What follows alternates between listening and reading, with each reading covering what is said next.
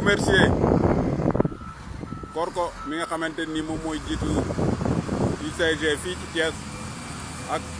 Ibrahima Mbaye mi nga xam mooy yor Sonaged fii à Thiès moo ñu déployer camion bi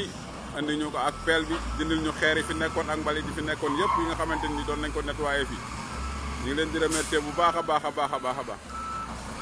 Ahmed Sopp na bi déggoo patriote bu mag bi moo ngi leen di remercier bu baax a baax a baax a baax a baax a baax patriote bu mag bi waaw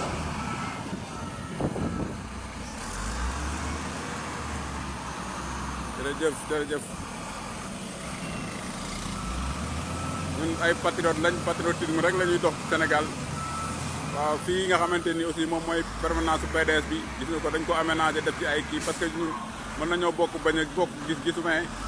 ñoo bokk réew mi te lu ñu def lu ñu gis lu baax rek dañ koy def te yàlla tax fii permanence PDS la waaw